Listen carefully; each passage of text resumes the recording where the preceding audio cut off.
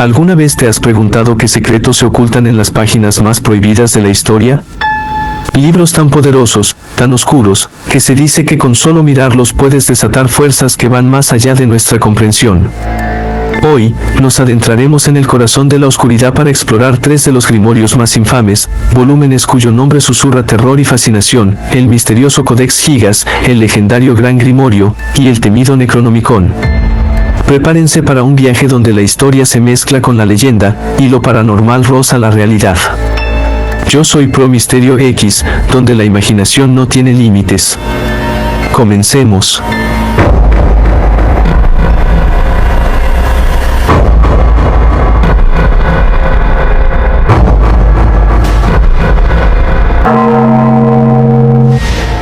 El Codex Gigas, un viaje a las profundidades de la leyenda y el pergamino. En las vastas bibliotecas del mundo, donde el polvo del tiempo se asienta sobre siglos de sabiduría, existen tesoros que trascienden el mero papel y la tinta. Algunos son faros de conocimiento, otros, portales a lo desconocido. Pero entre todos ellos, emerge uno que, con su imponente presencia y su aura de misterio, ha capturado la imaginación de generaciones: el Codex Gigas, conocido por el mundo como la Biblia del Diablo. Imagina un volumen tan colosal que desafía la comprensión moderna de lo que un libro puede ser. Con casi 1 metro de altura y un peso que supera los 74 kilogramos, el Codex Gigas no es un libro que se hojea en la mesita de noche. Es una mole de pergamino, una verdadera catedral del conocimiento, que requiere la fuerza de 2 hombres para ser levantado y la paciencia de un erudito para ser descifrado. Su origen nos transporta al siglo XIII, al silencio sagrado de un monasterio benedictino en Podlaice, en lo que hoy conocemos como la República Checa.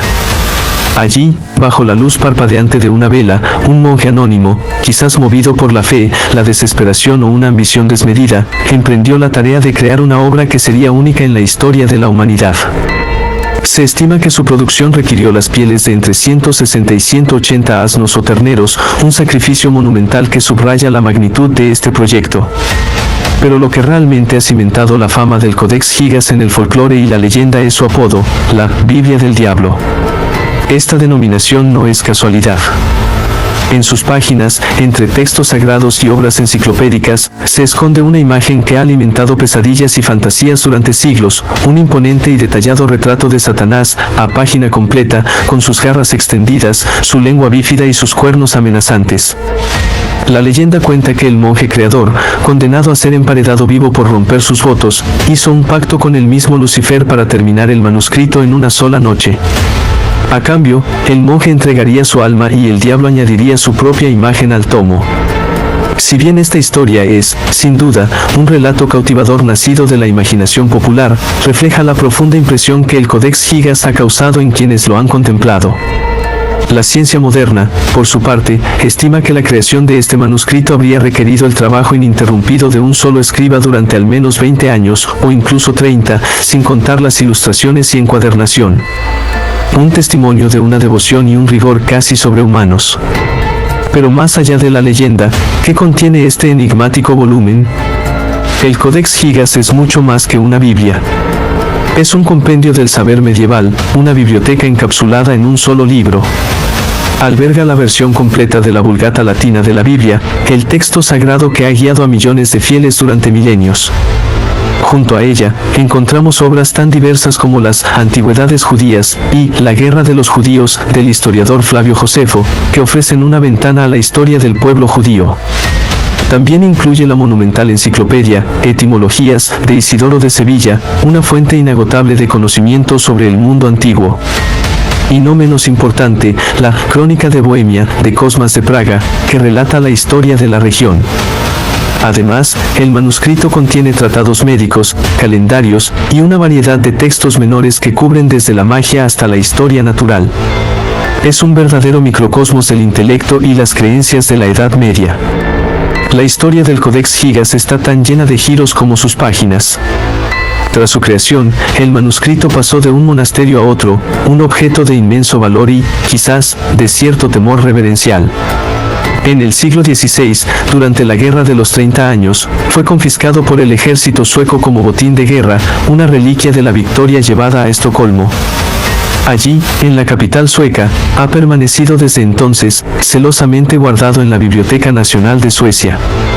Su existencia ha sobrevivido a incendios, saqueos y los avatares del tiempo.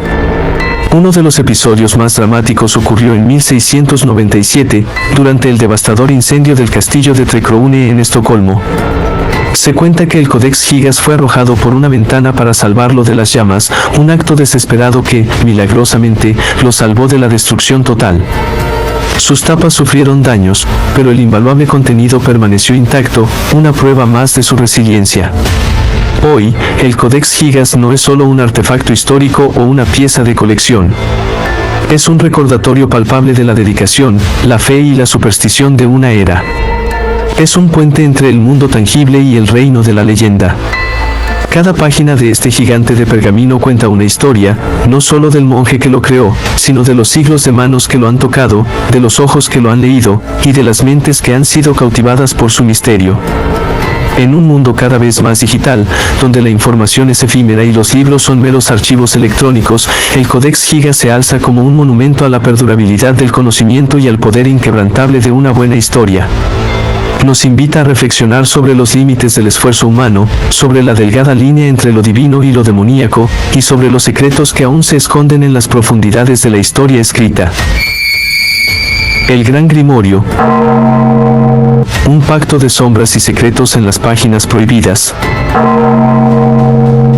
Distinguidos oyentes, permítanme transportarlos a un reino donde el velo entre la realidad y lo arcano se difumina, donde la curiosidad humana se aventura en los dominios de lo prohibido. Hoy, desentrañaremos los misterios de uno de los textos más infames y temidos en la historia de la magia negra, el Gran Grimorio, también conocido como el Grimorium Verum.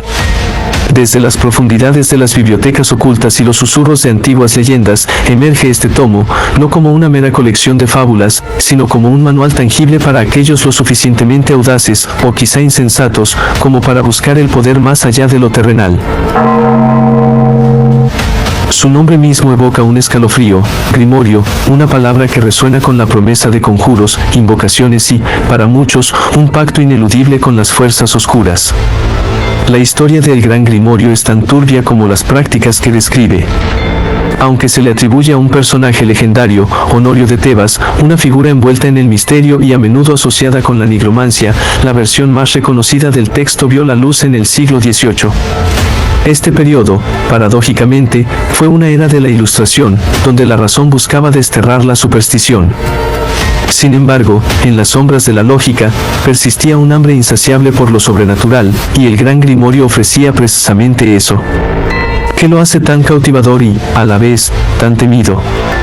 Su contenido no se limita a simples recetas de hierbas o encantamientos de amor. No, el Gran Grimorio se adentra en el corazón de la demonología. Se presenta como una guía práctica y detallada para la invocación de entidades infernales, un compendio de rituales diseñados para forzar la voluntad de los espíritus malignos a cumplir los deseos del practicante. El texto se divide en varias secciones, cada una más inquietante que la anterior.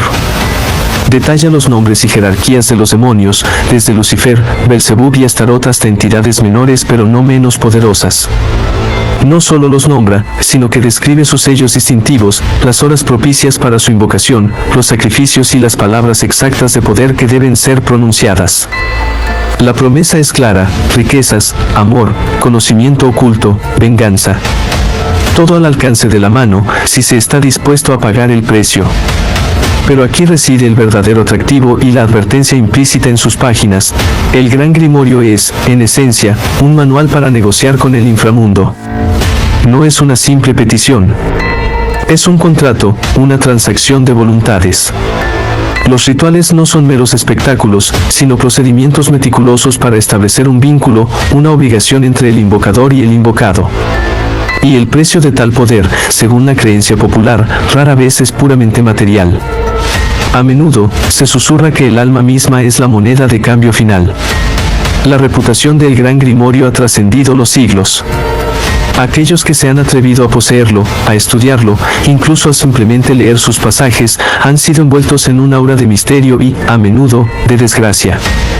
Se dice que el libro irradia una energía propia, que su presencia por sí sola puede perturbar la paz, atraer calamidades o, en el mejor de los casos, simplemente incitar a la locura en aquellos que no están preparados para el conocimiento que encierra.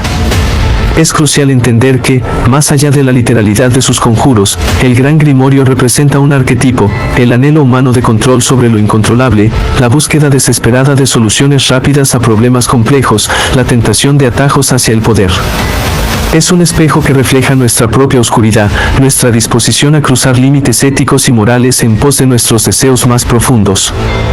Hoy, mientras la mayoría de nosotros vivimos en un mundo dominado por la ciencia y la razón, la sombra del Gran Grimorio sigue proyectándose. Ya sea como un vestigio de una era supersticiosa, un documento histórico de las prácticas ocultistas o una advertencia simbólica sobre los peligros de la ambición desmedida, su nombre sigue siendo sinónimo de lo prohibido, lo potente y lo potencialmente destructivo. Así, el Gran Grimorio permanece. No solo como un objeto físico, sino como un concepto, un eco de pactos susurrados en la oscuridad, una reliquia que nos recuerda que algunas puertas, una vez abiertas, pueden ser imposibles de cerrar. Su leyenda perdura, un testimonio del eterno atractivo y el peligro inherente de jugar con las fuerzas que yacen más allá de nuestra comprensión. El Necronomicon, desentrañando el mito del Grimorio prohibido de H.P. Lovecraft.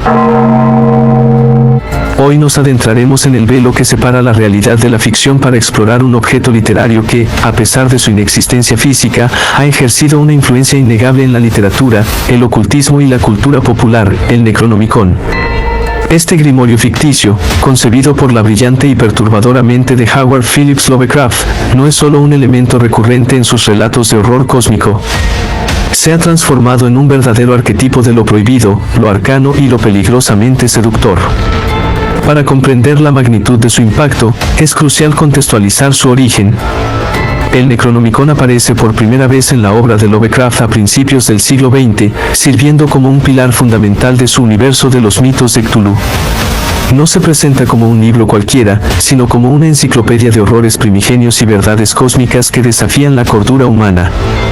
Su autor, según la propia invención de Lovecraft, fue un árabe loco llamado Abdul al-Azed, un poeta y demonólogo yemení que vivió en el siglo VII después de Cristo. La historia de Al-Azed es tan trágica como fascinante. Tras años de estudio de textos ocultos y exploraciones en los desiertos de Arabia, descubrió secretos que lo llevaron a la locura, culminando en su brutal muerte en plena luz del día, devorado por una entidad invisible. El Necronomicon, originalmente titulado Al-Asif, que Lovecraft traduce como El susurro de los demonios del desierto, se describe como un compendio de conocimiento ancestral sobre los antiguos seres cósmicos que habitaron la Tierra antes de la humanidad y que aguardan su regreso desde las profundidades del espacio y el tiempo. Sus páginas, se dice, contienen conjuros para invocar a estas entidades, descripciones de sus ritos impíos y revelaciones sobre la verdadera, aterradora insignificancia del ser humano en el vasto cosmos. Es un libro que, en esencia, promete poder y conocimiento ilimitado a un precio terrible, la cordura y el alma de quien se atreva a consultarlo. Lovecraft no solo creó el libro, sino que también fabricó una detallada historia de sus traducciones y censuras. Se dice que fue traducido al griego por Theodorus Piletas en el año 950 después de Cristo bajo el título de Necronomicon, y luego al latín por Olaus Bormius en 1228. Estas versiones, junto con el original, fueron supuestamente suprimidas y quemadas por las autoridades religiosas y académicas de la época, que reconocieron el peligro inherente a su contenido.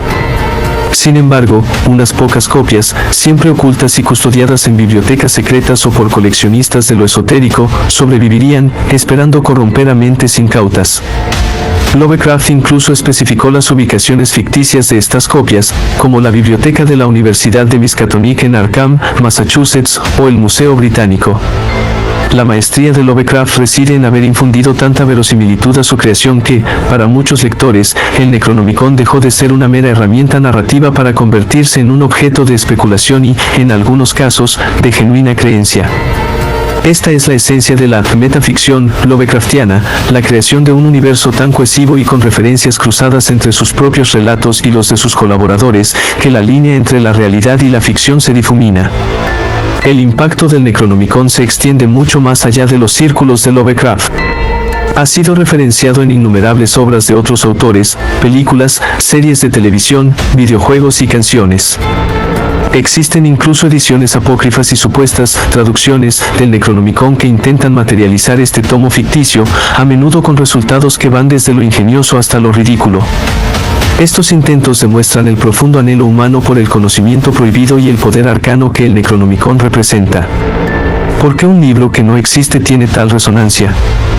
El Necronomicon apela a miedos primarios y universales, el miedo a lo desconocido, a la insignificancia cósmica, a la locura y a la transgresión de límites que la razón impone. Es un símbolo de esos secretos oscuros que la humanidad preferiría no conocer, pero que irremediablemente nos atraen. Representa el conocimiento que, una vez adquirido, no puede ser desaprendido y que altera permanentemente la percepción de la realidad.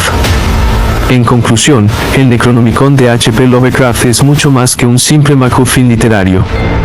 Es un artefacto cultural de proporciones míticas, una manifestación del terror cósmico en forma de texto, que nos recuerda la fragilidad de nuestra comprensión del universo y la delgada línea que separa la curiosidad del abismo. Su legado perdura, no como un tomo encuadernado en carne, sino como una idea potente y perturbadora que continúa susurrando desde las sombras de la imaginación colectiva, invitándonos a contemplar lo que hay más allá de nuestra limitada percepción.